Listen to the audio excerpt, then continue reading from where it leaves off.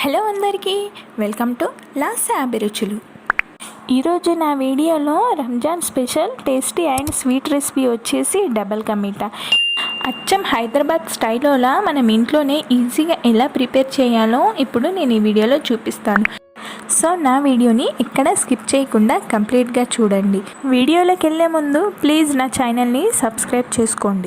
ఇప్పుడు ముందుగా నేనైతే ఒక 5 బ్రెడ్లని తీసుకున్నాను.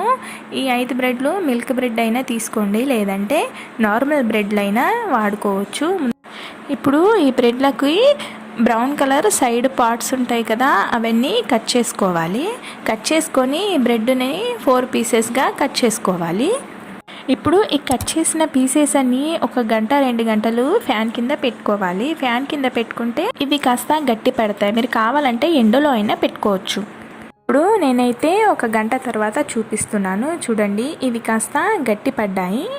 ఇవి సాఫ్ట్గా ఉన్నప్పుడు ఆయిల్లో ఫ్రై చేస్తే ఆయిల్ ఎక్కువగా పీల్చేస్తాయి. అందుకే కాస్త గట్టి పడ్డాక ఆయిల్లో ఫ్రై చేస్తే ఆయిల్ అనేది తక్కువగా పీల్చుకుంటుంది. ఇప్పుడు స్టవ్ మీద ఒక వెడల్పాటు ప్యాన్ పెట్టుకొని ఒక 5-6 టేబుల్ స్పూన్ల ఆయిల్ వేసుకొని ఈ బ్రెడ్ పీసెస్ అన్నీ ఇందులోకి విడివిడిగా చేస్తూ ఫ్రై చేసుకోవాలి. కావాలంటే మీరు ఆయిల్కి బదులు నెయ్యినైనా వాడుకోవచ్చు.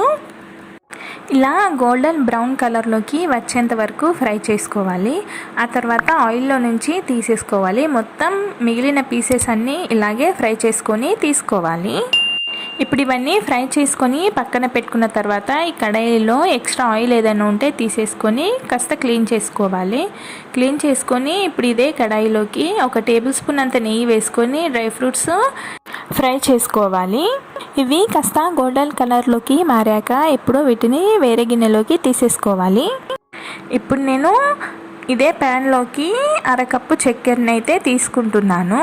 మీకు కాస్త స్వీట్ తక్కువ కావాలి అనుకుంటే చక్కెరని తగ్గించైనా తీసుకోవచ్చు. మనము 1/2 కప్పు చక్కెరకి 1/2 కప్పు వాటర్ వేసుకొని చక్కెరని బాగా కరిగించుకోవాలి. దీన్ని పాకం పట్టుకోవాలి. దీన్ని తీగ పాకం పట్టాల్సిన అవసరం ఏం లేదు, జస్ట్ జిగురు పాకంలా పట్టుకుంటే సరిపోతుంది. మనము గులాబ్ జామున పాకం పట్టుకుంటాం కదా, అచ్చం అలాగే. ఇప్పుడు ఇందులోకి 1 టేబుల్ స్పూన్ అంతా యాలకుల పొడి వేసుకొని అలాగే నేను 1 పావు టీ స్పూన్ అంతా ఫుడ్ కలర్ని యాడ్ చేస్తున్నాను. మీకు ఇష్టం లేకపోతే మీరు స్కిప్ చేసైనా చేయొచ్చు. ఇప్పుడు ఇది జిగురు పాకం వచ్చిన తర్వాత మనం ఇప్పుడు ఫ్రై చేసుకున్న బ్రెడ్ పీసెస్ అన్నీ ఇందులో వేసుకొని మంటని లో ఫ్లేమ్లో పెట్టుకొని ఉడికించుకోవాలి.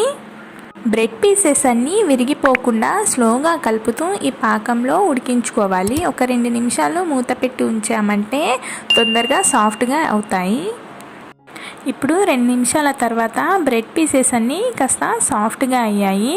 ఇది పాకం మొత్తం పీల్చుకోకుండా చూసుకోవాలి. కాస్త జ్యూసీగా ఉంటేనే బాగుంటుంది.